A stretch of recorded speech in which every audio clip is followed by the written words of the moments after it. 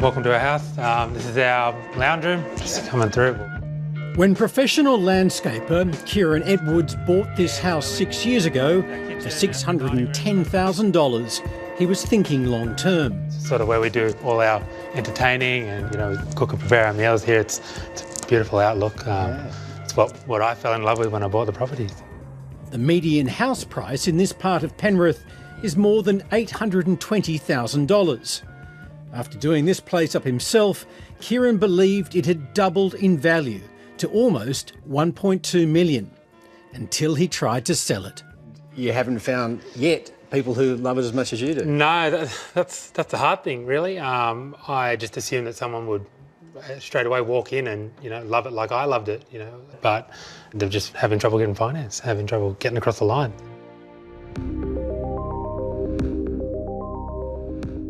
Like many homeowners in and around Sydney and Melbourne, Kieran and his wife Jessica have gotten used to years of continuous property price growth. Their prime position in Penrith had them so confident of a quick and easy sale that they've already bought elsewhere. Thought we might sell it the first week. Someone would come in and go, yep, it's mine. And it just hasn't happened. After almost 2 months on the market, their house still hasn't sold. There's a bit of pressure on you now to sell? Yeah, there is. So we've bought another property up the mountains, and we've committed to that. We can settle up there and still be okay, but we've got a family, 3 kids. I need to be comfortable. Yeah, it'll be tight. It'll be very tight. We'd be stretched. Real estate agent Daniel Latty is helping the Edwards adjust their expectations in a cooling and tighter lending market. We've had buyers come back multiple times and you can tell they get quite emotionally connected to the home. Unfortunately, this hasn't worked out because more often than not, the banks have changed some of the lending policies and it's affected the ability for them to do the transaction. And normally, in recent times, it's been easy to move properties in this area? We've had a really good few years out here. There's been a real spike in prices. There's been a lot of competition to get into suburbs like this. That's certainly changed and the market has been transitioning. So I see a fair and reasonable start to commence. Property is a risky thing and we're all being reminded of how risky it is right at the minute. For 11 months in a row now, Australian home prices have headed south, led by falls in Melbourne and Sydney. We will pass the property in favour of the vendor bid. I thank you all for your competition today. Everybody's sitting on their hands. That's what's happening. During the boom, which lasted for pretty much 5 years, but only in Sydney and Melbourne, you couldn't stop people buying. They were desperate to buy anything. And right now, everyone's got what they wanted, which was things to slow down, and they're doing nothing. That's pretty much what's happening. Really, it's a different ball game now for homeowners in terms of capital growth. Across the 5 capital cities, property prices are down about 3% this year. But in our 2 biggest cities, prices have fallen further. Sydney's a sea of red.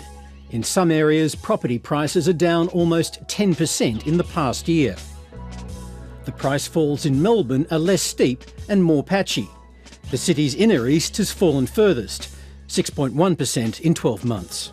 These falls have come after a decade of often spectacular growth, helped by the Reserve Bank cutting interest rates to historic lows.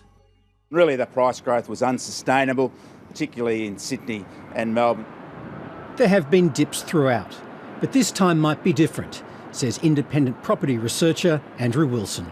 We're seeing a natural progression into this steady but stagnant house price environment. I think that's what the future holds for us now. Sydney-based buyer's agent Veronica Morgan agrees that a combination of low incomes and tighter regulation has pushed property values into uncharted waters. There's increased scrutiny that started with investors and has gone right through all borrowers, really. We've also had the Royal Commission, and this is all driven by policy rather than by interest rates, which is what traditionally slows things down. So this is what I mean by uncharted waters. We don't really know how we're all going to react to this. People's perception of their property's value feeds into the broader economy too. When the value of people's homes is going up, when the value of their investment properties is going up, even though they haven't got any more cash in their pockets, they feel better off. And so they tend to spend more. Now, of course, the wealth effect also works in reverse. When people think that the paper value of their home or their investment property is falling, they become less prepared to spend, and that means that the economy slows down. The ongoing new apartment boom in our major cities could see some lose on their investment. There's no doubt that we are at the peak of the supply cycle for apartments at the moment, and developers are doing it tough, or a lot tougher than they have in recent years finding a buyer. The substantial increase in the number of apartments that have been built over the last couple of years is one of the things that have led to the price of housing starting to fall a bit. Now, of course, that's not a disaster.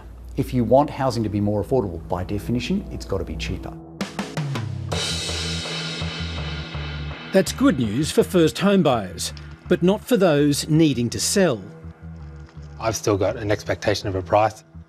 Maybe it's not the right expectation. It's only really worth what someone's wanting to pay at the end of the day. More pressure is building. Australia's household debt to income ratio is among the highest in the world, and 3 major banks have just raised interest rates. Maybe homeowners and the housing market as a whole will have to get used to not having that strong capital growth we've had through the cycles, really for a number of generations in Australia. First time selling. If it takes the wind out of people's sails and it actually makes people stop and think, and they have to be more selective in their asset choice because they don't have enough money to buy whatever they want, then yes, that's something that it could bring us back to reality. For the third, final time.